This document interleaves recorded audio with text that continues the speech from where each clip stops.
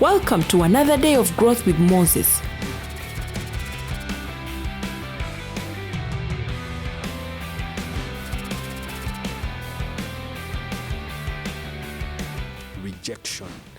Rejection, I mean facing rejection from investors, customers, and potential partners.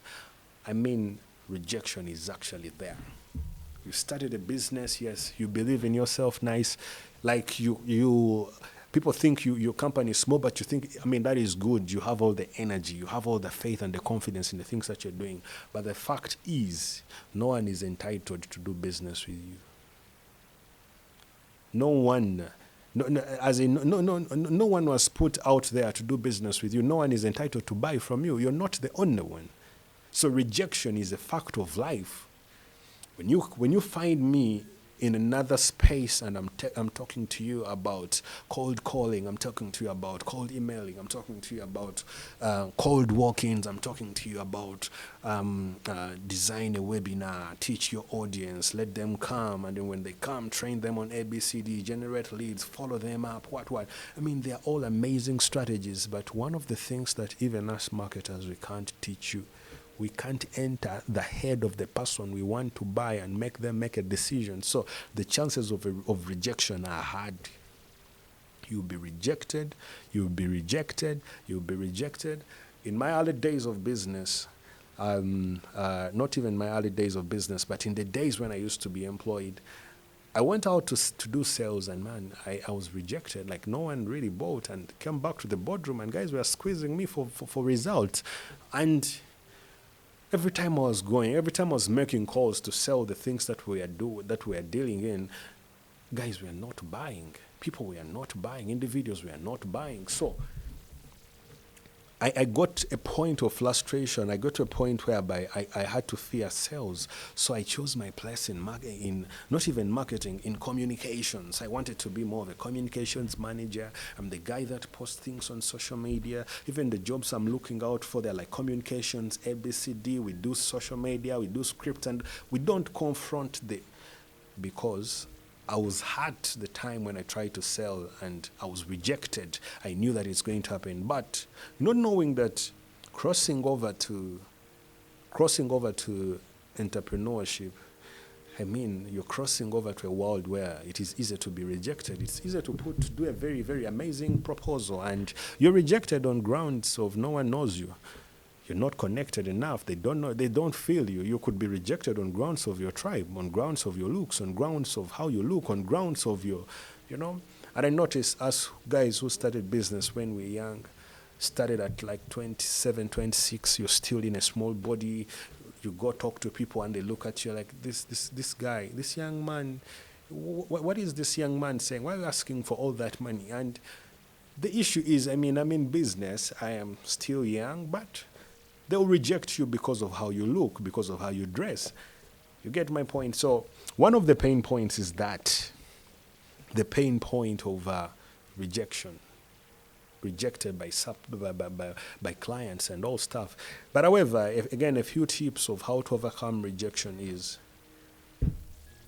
you have to know, you have to embrace the reality that rejection is here and is here to stay. The first thing that you have to do is to rewire your thinking about rejection. The first thing you need to know is that out of the 10 people I'm going to sell to, the 20 people I'm going to sell to, if I can only make one sale, I'll be good to go. The agency world, video marketing and stuff, I noticed that lots of agencies just have about 4 clients that are paying well. And they are surviving, they are paying their rentals, they are paying their teams and everything. They have only 4.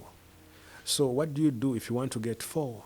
You contact 100. If out of the 100 people, you get 95 rejections and you get 4 yeses, be happy and be excited about the 4. Charge them well, let them pay well. So what you're going to do for you to overcome the fear of rejection is the pain point of rejection. How you're going to deal with it is to just understand that it is here to stay. You have nothing, you're powerless. We are all powerless, we can't do anything about it. So you simply just change your mentally, change your mind, change the way you look at rejection. Look at it as, when you're rejected, look at it as a way of moving to another point. You were rejected, but they just didn't have a better way of telling you to move on. So every time you're rejected, just know that God has actually not rejected me, but he has just simply pointed me to another door. That's it. Change your mind about this entire thing. If you know that is the process, if you know that you're doing a good thing, go ahead and do the things that you know to do. The things that you know that they're the right things to do. Go ahead and do them.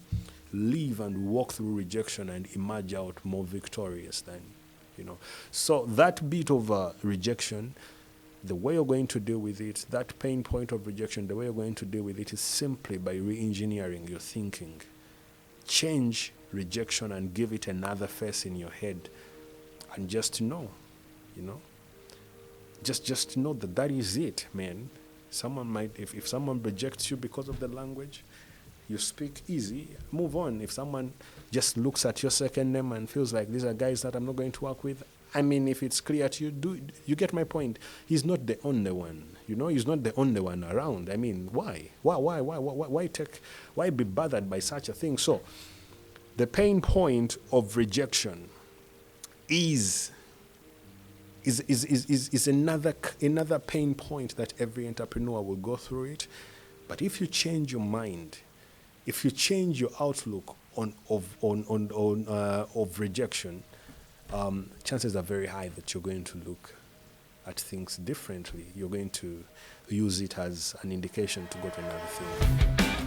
Thank you for joining us on the Growth with Moses podcast. If you'd like to access more episodes, please subscribe to this channel. And if you enjoyed this podcast, help us share and spread word about it. Till next time, we meet again on the Growth with Moses podcast.